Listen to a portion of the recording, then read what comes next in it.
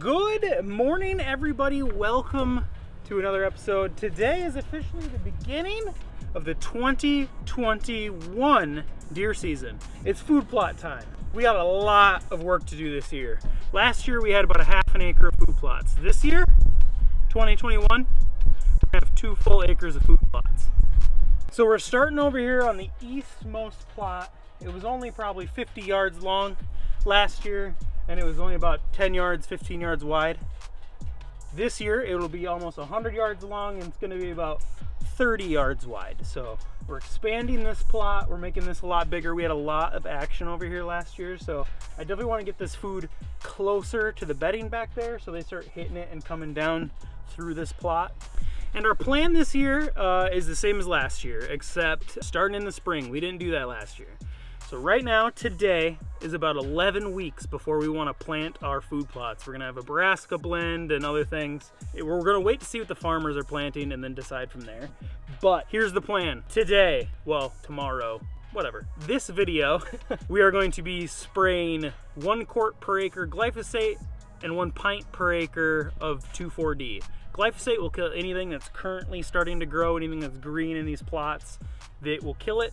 And then the 2,4-D will stay in the ground for 2 weeks. 2 weeks from now, we are going to do another spraying of 2,4-D and glyphosate. Anything that made it through that 2,4-D will spray.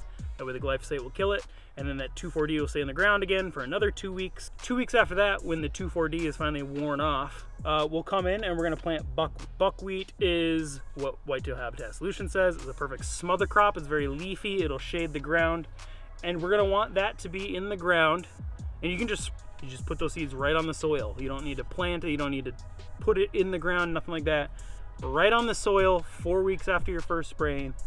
And then you want that buckwheat to grow for about 7 weeks. Depending on your soil, it'd have to be 8 or 9. We're giving ourselves some leeway. We're planning on planting the 3rd weekend in July. If we gotta wait another weekend or 2 for that buckwheat to grow to the height we want, you want somewhere between 1.5 feet to 3 feet. Apparently that's perfect. And then we will come through, we will throw seeds right in that buckwheat and then roll it over and spray it with glyphosate. That way it kills that buckwheat, it lays that buckwheat down and essentially puts those seeds in the soil, if you will. We did this strategy with just the weeds that grow out here, the raspberry bushes and all this crap, and it worked great. Like it worked way better than expected.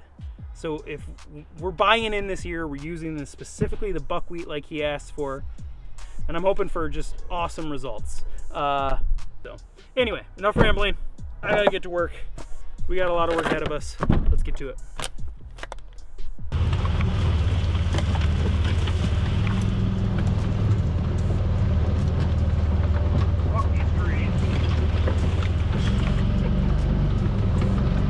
Put skid plates on. Yup.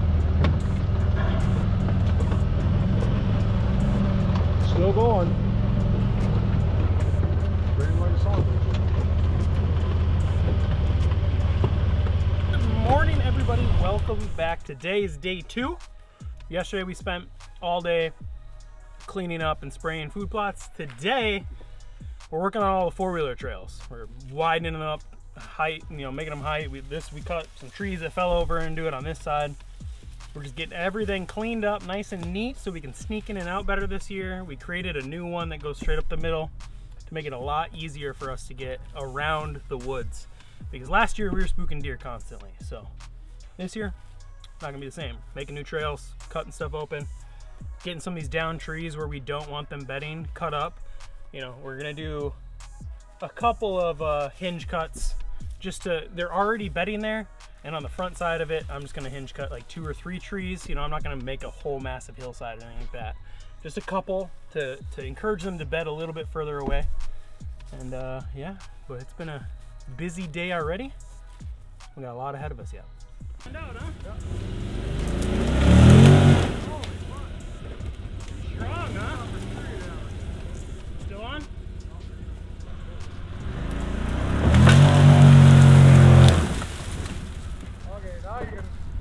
I would probably.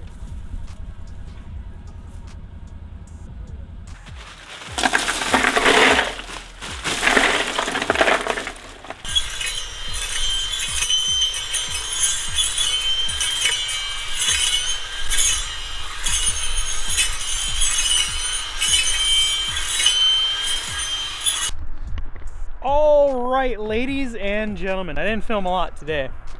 We were just pulling fences, so there was so much barbed wire fence around this property. Absolutely ridiculous amount of barbed wire fence. So I'm not sure why. Going right through the middle of the property. My microphone was just not handling the wind well. So what I'm talking about here is how much barbed wire fence there was to pull, and that's all we did on day 3. We went out there and we cut all along the fence lines. It was probably a good 300, 400 yards of fence line. And we pulled all the posts, cut all the wire, and we gathered it all up and cleaned it up.